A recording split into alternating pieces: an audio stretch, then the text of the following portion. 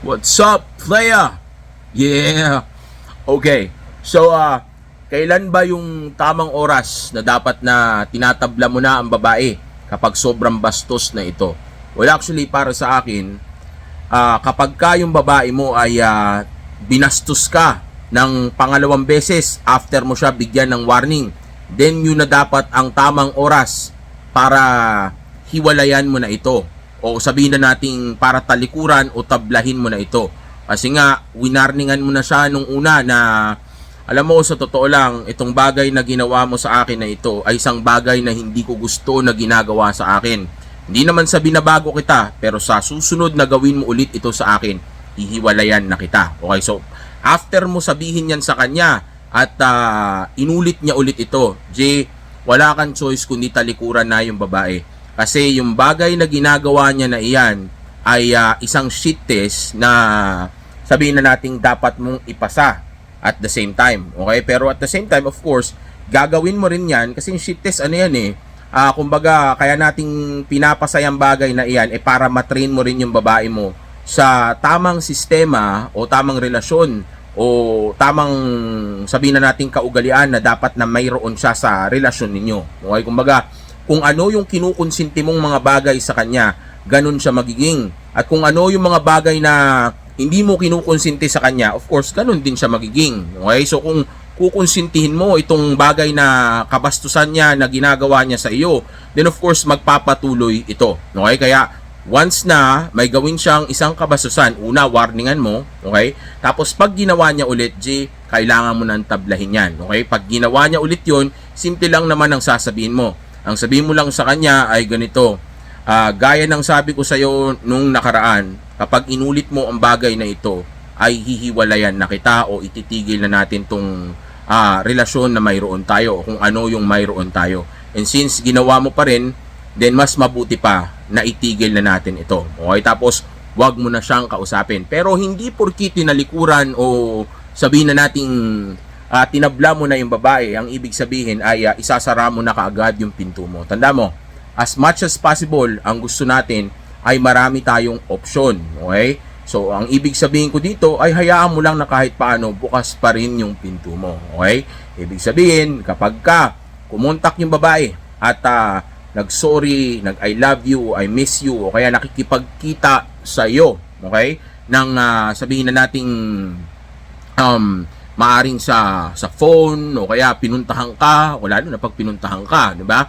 Then pag sinabi niya yung mga yan, then yun yung time na pwede mong kausapin ulit siya. Ngayon ang tanong, bakit papanatilihin natin na dapat nakabukas yung pinto o sabihin na nating available ka pa rin sa kanya kung dalawang beses ka na niya binastos? Well, actually, G, gaya nga nasabi ko kanina, ang rason kung bakit ganito ang gusto ko ay dahil para marami kang reserba. Okay? Dahil, ako, hindi naman talaga na ako tinatablan sa ganyan ng mga babae. Kumbaga, kaya ako lang din naman siya tinabla dahil naglalaro lang ako talaga. Kahit na nung kabastusan pa ang gawin niya, since wala naman ako emosyon sa kanya at hindi ko naman siya sabihin na natin siniseryoso o wala kami sa isang committed na relasyon o hindi naman ako in love sa kanya, then hindi ako apektado doon. Kumbaga sa akin, okay lang yun. Total, isa lang naman siya sa mga babae ko at ang rason lang naman din kung bakit ko ginawa yung bagay na yan sa kanya dahil ang gusto ko lang naman din ay mas magkaroon ako ng control o power sa kanya. Dahil sayang din yun, di ba? Kinilala ko, dinate ko, di ba? Nagtagal na rin kami, napataas ko na yung attraction level at sa mga moment na ito na tinest niya ako ng pangalawang pambabastos niya at kinalasan ko siya, dito pa nga ako mas lalong magkakaroon pa ng kapangyarihan. Okay?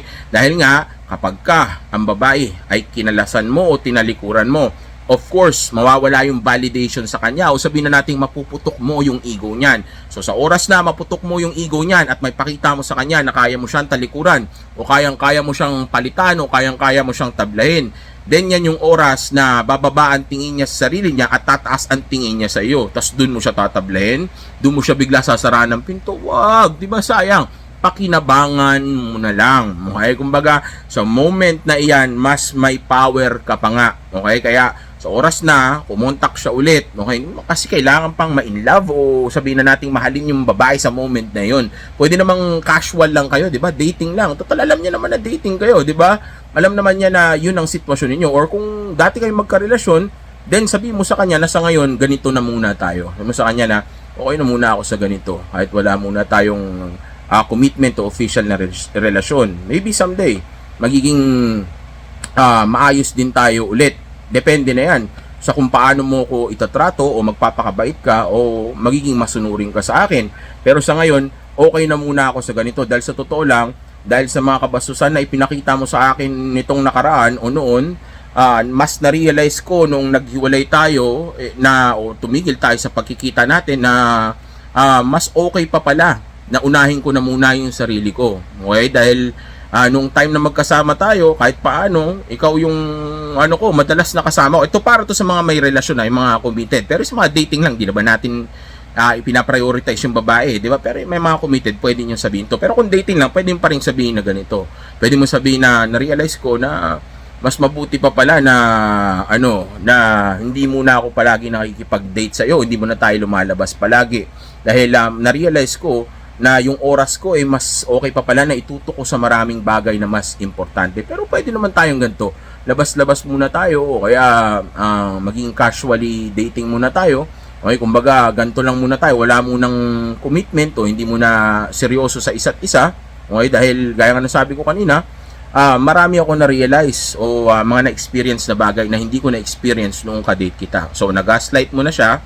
Okay, tapos sabihin na natin naipakita mo pa sa kanya na hindi siya ganun ka-importante, okay? Tapos naipakita mo pa sa kanya na pre-selected ka, siguradong marami kang pwedeng ipalit sa kanya, tapos malakas pa ang loob mo na palitan siya. And sa moment na yon, maniwala kayo, kapag ka sinabi mo yan sa babae, mas lalong tataas ang respeto niya sa iyo, okay? Kaya kapag ka dumating yung time na kumontak na siya, mas sinasabing mahalin mo o sabihin na nating magsunod-sunuran ka o maging boyfriend ka niya agad. Okay, ang gusto ko lang ay huwag kang magtapon ng mga reserba mo. Okay, dahil hindi ganun kadali na sabihin nating makakuha ng ganyang klaseng babae o nasa ganyang klaseng level na kaagad. At tandaan mo, kinilala mo na yan, dinate mo na yan, lumabas na kayo niyan, marami na kayong pinagdaanan yan, may mga ginawa na yan sa'yo. Alam kong maraming pwedeng ipalit dyan, pero di ba mas matalino yung isasabay mo na lang siya dun sa iba? Di ba? Oo nga, may makikilala kang iba. Pero maganda na may spare tire ka pa rin para pag yung isa naman yung nagkupal, then pwede mo hugutin ulit ito. At kung ito naman na magkupal, pwede mo ulit kunin yung isa. Ngayon ang tanong, hanggang kailan mo bubuksan yung pinto mo sa kanya, sa kabastusan niya? Well, ako, sa totoo lang, hanggat maaari, ayokong may mawawala sa roster ko o sa mga nakakadate ko. Okay, kumbaga ayokong mabawasan sila talaga. Pero ang max ko is siguro mga hanggang 3 hanggang 4. Okay, pagka umabot ng mga 4, na paulit-ulit niya na yung ginagawa, then tsaka na ako mag-walk away. Okay, pero as much as possible, hanggat nagsusorry naman, hanggat willing naman siya magbago o umiiyak sa harapan ko at ipinapakita sa akin na sobrang importante at espesyal ako sa kanya, then ang gusto ko magstay yung babae. Okay, dahil gaya ng nasabi ko kanina, sayang naman. Okay, laman tiyan pa din yan. Gusto mo rin naman yung babae na yan. Gusto ka rin naman niya. Malamang may nagawa ka lang mali, kaya siya nagkaganyan. Kumbaga, sablayan ng leadership mo. O kaya naman na malamang kaya siya nagkaganyan, dahil sabihin na nating depende sa sitwasyon. Okay, kumbaga, intindihin mo na lang. Ganyan lang talaga ang babae. Ako, sa dami ng babae ko, sanay na ako sa babae. Alam ko na yung mga drama nila at yung pasikot-sikot sa utak nila kung paano aayusin sila o paano ako kontrolin o lilid itong mga kababaihan na ito. Okay, so sa oras na kumontak siya ulit, then buksan mo lang. Pero pag sobra na talaga, like umabot 3 beses, 4 na beses niya nang ginagawa yung isang bagay na ito, then panahon na para isara ang pinto sa kanya. Pero as much as possible, buksan mo lang para marami kang reserba. Pang-abundance mindset mo rin yan. Pang-abundance of option mo rin yan para hindi ka nakokontrol ng iba. Okay? Pero again, kailangan panatiliin mo pa rin ang dignidad mo o yung respeto mo sa sarili mo. Okay? Dahil kung sabihin na natin binabastos ka na niya talaga at hindi na maganda yung ginagawa niya, lalo na kung cheating na, okay? Then mas maganda na tumalikod ka na lang at wag mo nang buksan yung pinto. Okay? Dahil ako naman sa totoo lang, hindi naman ako machi-cheat ng babae dahil paano lang ako machi-cheat? Wala namang kaming relasyon, 'di ba? Wala namang rason para sabihin na nating masaktan ako kapag ka nagkaroon siya ng iba. Kaso hindi nga nila magawa sa akin yun dahil nga nagigame ko sila ng tama. Okay, kumbaga, sa sobrang taas ng value ko sa mga mata nila, at sa sobrang takot nila na pwedeng mawala itong mga bagay na ito kapag ka nagkamali sila sa akin, then ang nangyayari ay kahit na hindi ko sila pasunurin o hindi ko sabihin sa kanila kung anong dapat nilang gawin, ginagawa na nila ito ng kusa dahil nga sa taas ng respeto nila sa akin. Okay? So, panatiling maging alpha, ang focus ay grind and purpose, okay? Hindi yung mga babae. Again, ang rason kung ba't ko lang kayo tinuturuan ng ganito ay, of course, para hindi kayo maapektuhan sa mga bagay na mas importante sa mga buhay ninyo. Stay